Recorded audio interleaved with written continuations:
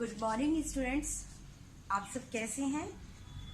देखिए, हम चैप्टर पढ़ रहे हैं हमारा 5th कंपनी, और कंपनी में जो हम पढ़ रहे हैं इस वक्त वो पढ़ेंगे ओवर सब्सक्रिप्शन ऑफ शेयर्स, मतलब अंशों का अधिअभिधान। यस, मैंने आपको बताया था कि जो कंपनी है वो शेयर इशू करे तो ये ज़रूरी नहीं कि जनता सभी के सभी शेयर ले, और कई केस ऐसे होते हैं कि जनता जितने कंपनी ने शेयर इशू किए उससे ज़्यादा के लिए एप्लीकेशन लगाती है। इस केस को हम ओवर सब्सक्रिप्शन कहते हैं। जैसे देखिए, यहाँ पे एक कंपनी है XYZ लिमिटेड, उसने 10,000 शेयर इशू किए हैं, लेकिन जनता ने जो अप्लाई किए हैं वो 30,000 किए हैं। सब्सक्राइब कितने किए? 30,000।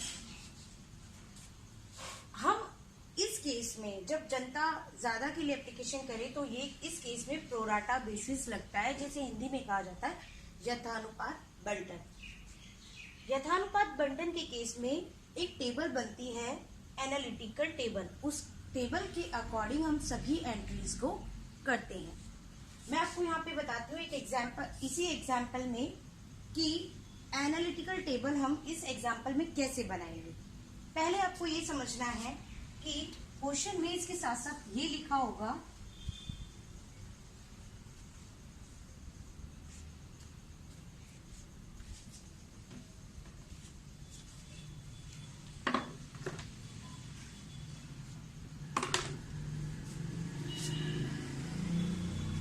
आपके अप्लाइड शेयर कितना है, आवेदित शेयर, अप्लाइड शेयर, और दूसरा है अलॉटेड शेयर।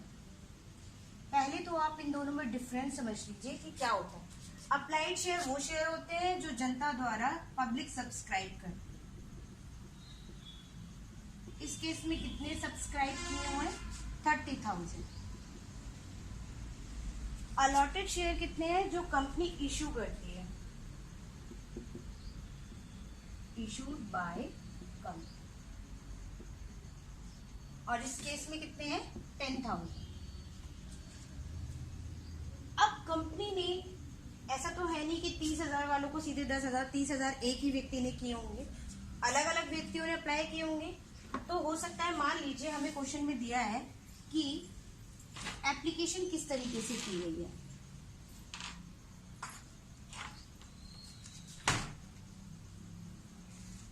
हमारे पास यहाँ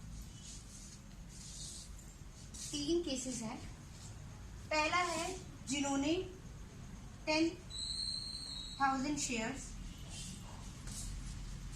अप्लाई किए।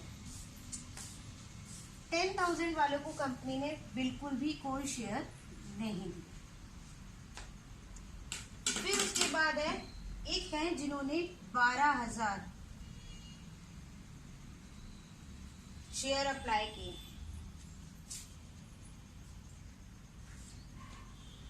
कंपनी ने इन्हें दिए हैं 6,000। और एक शेयर होल्डर है जिन्होंने 8,000 अप्लाई किए हैं, जिन्हें कंपनी ने दिए हैं 4,000। तो ये आपको हिसाब समझ में आया। टोटल अप्लाइड कितने हैं? ये अप्लाइड शेयर है आपके, अप्लाइड, और ये अलॉटेड। अप्लाइड का टोटल कितना होना चाहिए? 30,000। क्या ये 30,000 है? 12, 8, 20 और 10, 30,000। और अलॉटेड टोटल कितने होने चाहिए? 10,000। तो क्या इन सबका टोटल 10,000 है? कभी भी अलॉटेड शेयर का टोटल कंपनी के इशूड शेयर से ज्यादा नहीं होगा। याद रखिएगा, अलॉटेड शेयर्स कभी भी इशूड शेयर से ज्यादा नहीं हो सकता।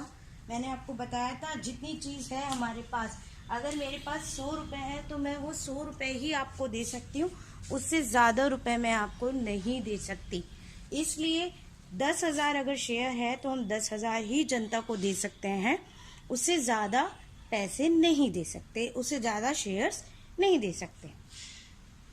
अब इस केस में बोला जाता है कि अलॉटेड शेयर इतने हैं। अगर इस केस में थोड़ा सा टफ और बोल दिया जाता है कि आप में एप्लीकेशन पर, ऑन एप्लीकेशन अब आपका शेयर कितने का है? 4 ऑन अलॉटमेंट, 3 और ऑन फर्स्ट कॉल वो भी 3। इसी क्वेश्चन में अगर ये बोल दिया जाता है कि जो शेयर है वो 10 रुपए का है और जो एप्लीकेशन पे देने हैं आपको 4 रुपए, अलॉटमेंट पे देने हैं 3 रुपए और फर्स्ट कॉल पे देने हैं 3 रुपए, तो आप लोग सोच रहे हैं कि अभी आपने एनालिटिकल टेबल हमने क्यों नहीं बनाई है। तो जो एनालिटिकल टेबल है उसका यूज इसलिए ही होगा। अगर ये सारा पैसा एक बार में सिर्फ एप्लीकेशन पे देना होता तो हमें एनालिटिकल टेबल बनाने की जरूरत नहीं थी, लेकिन इस केस में एनालिटिकल टेबल बनाने की जरूरत है, क्योंकि एनालिटिकल टेबल के जरिए ही हम ये देखेंगे कि कितना हमारा रिफंड बनता है और कितना हमें लोगों को वापस करना है। किन किन लोगों को हमें वापस करना है। अब इसके लिए मैं आपको एक एग्जाम्पल इसी क्वेश्चन को एनालिटिकल टेबल बना के दिखा रही हूं, वो आप देखिएगा। हाँ जी, देखिए अब बनाई है मैंने इसी केस में analytical table. Yes, analytical table में देखिए सबसे पहले हम क्या लिखेंगे, अप्लाइड शेयर। मैंने आपको बताया था अप्लाइड शेयर 10,000 है, 12,000 है और 3 केसेस थे 8,000। 10,000 वाले को हमने नहीं दिए, 12,000 वाले को हमने 6,000 दिए और 8,000 वाले को हमने 4,000 दिए। नेक्स्ट है एप्लीकेशन मनी ड्यू, ठीक है, sorry application money due. Application money जो ड्यू है मैंने आपको बताया था कि अमाउंट कितना है, एप्लीकेशन पे 4, अलॉटमेंट पे 3 और फर्स्ट कॉल पे भी 3। तो एप्लीकेशन पे जो 4 है वो किसके अकॉर्डिंग मिले, क्या रिसीव नील के अकॉर्डिंग, अलॉटेड शेयर के अकॉर्डिंग होगा? नहीं, एप्लीकेशन मनी हमें रिसीव हुआ है 10,000 के अकॉर्डिंग। तो ये कितना होना चाहिए, 10,000 इंटू 4, 40,000 मिले होंगे हमें फर्स्ट केस से। नेक्स्ट 12,000 के को अगर हम 4 से गुना करते हैं तो कितना आएगा, 12 कम 12, 12 दूनी 4, 12 36, 12 48, 48,000 से आपको क्या 12,000 शेयर वालों से मिलेंगे और जो 8,000 है उनसे हमें कितना मिला होगा, 32,000। तो टोटल हमारे कितना हो जाएगा ये, अगर हम टोटल करते हैं तो हमारे हो जाएंगे 1,20,000।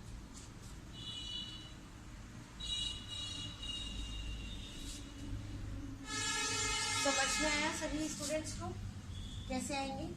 हम 10,000 जो एप्लीकेशन शेयर है उन्हें एप्लीकेशन मनी से अमाउंट से क्या करेंगे, मल्टीप्लाई करेंगे। तो एप्लीकेशन अमाउंट आपका कितना होगा, 1,20,000। यस,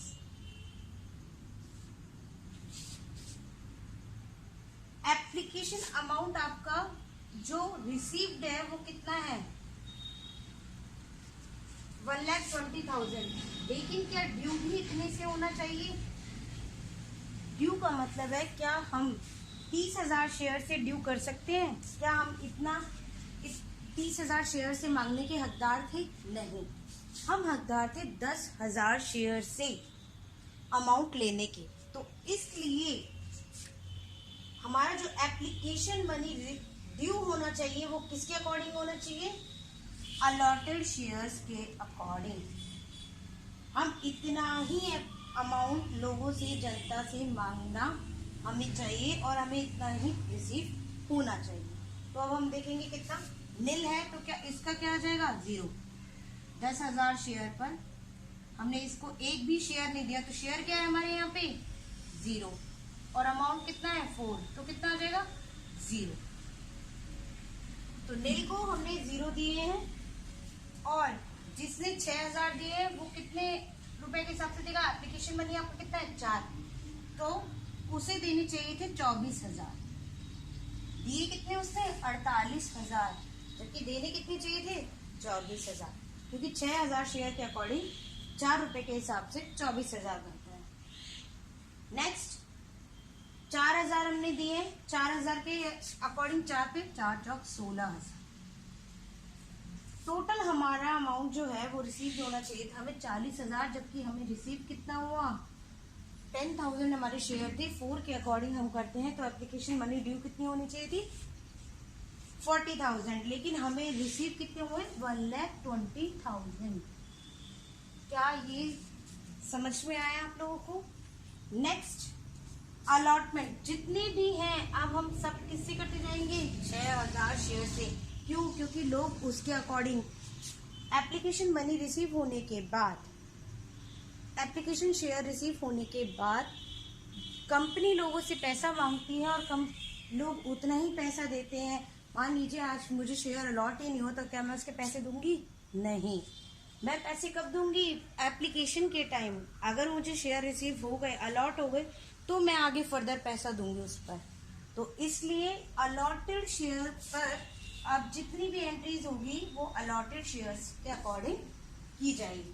नेक्स्ट अलॉटमेंट ड्यू 0 0 0 0, चाहे वो फर्स्ट कॉल क्यों ना हो, चाहे वो सेकंड कॉल क्यों ना हो, या अलॉटमेंट क्यों ना हो 0। तो क्या हम इसको रिफंड करेंगे? यस। ये कॉलम मुझे यहाँ बनाना था, लेकिन ये कॉलम यहाँ पे नहीं आया क्योंकि बोर्ड में छोटा है यहाँ पे, तो मैंने आपका रिफंड का कॉलम यहाँ बना दिया। तो इसे रिफंड कितने करने पड़ेंगे? इससे हमें रिसीव कितने हुए थे 40,000 रुपए, और हमें 40,000 इसको रिफंड करने पड़ेंगे। नेक्स्ट देखिए, अब हमें अलॉटमेंट पे कितना लेना था 6,000 इंटू 3। अलॉटमेंट मनी कितना है हमारा 3, तो 6 दिया 18।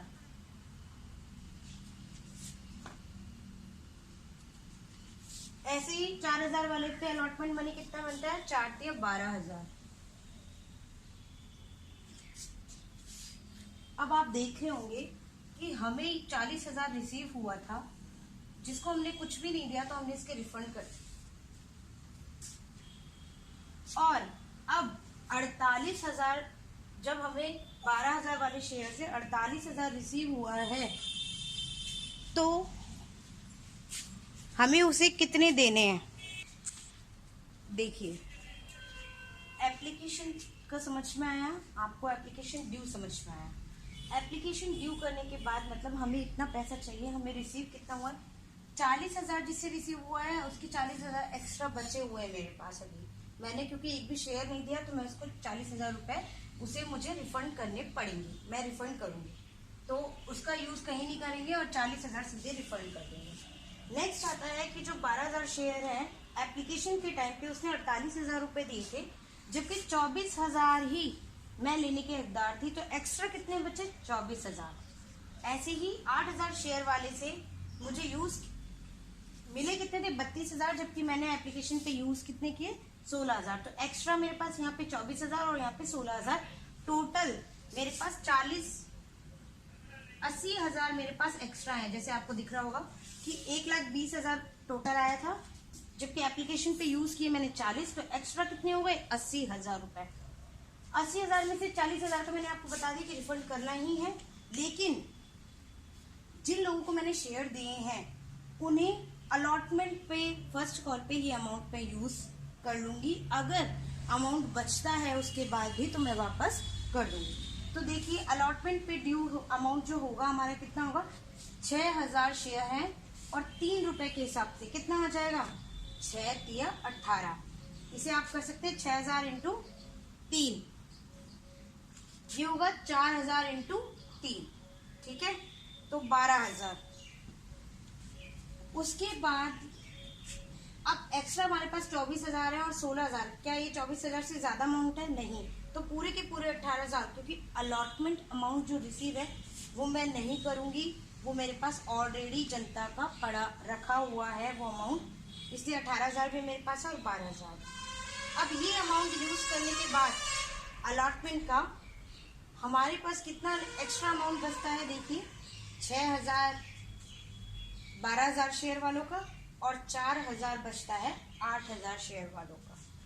ये एक्स्ट्रा अमाउंट बचने के बाद आप देखिए, फर्स्ट कॉल पर ड्यू अमाउंट कितना है हमारा 3 रुपए के हिसाब से 6,000 इंटू 3 और 4,000 इंटू 3, कितने हो जाएंगे 18,000 और 12,000।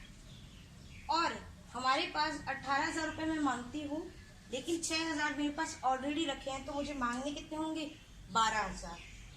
नेक्स्ट जो एंट्री होगी वो हमारी यहाँ पे भी 4,000 मेरे पास रखे हैं, तो मैं मांगूंगी कितने 8,000। इस तरीके से ये अमाउंट मैंने एनालिटिकल टेबल पे आज आपको बताया है। कल मैं ये पूरी इसकी एंट्री करना सिखाऊंगी।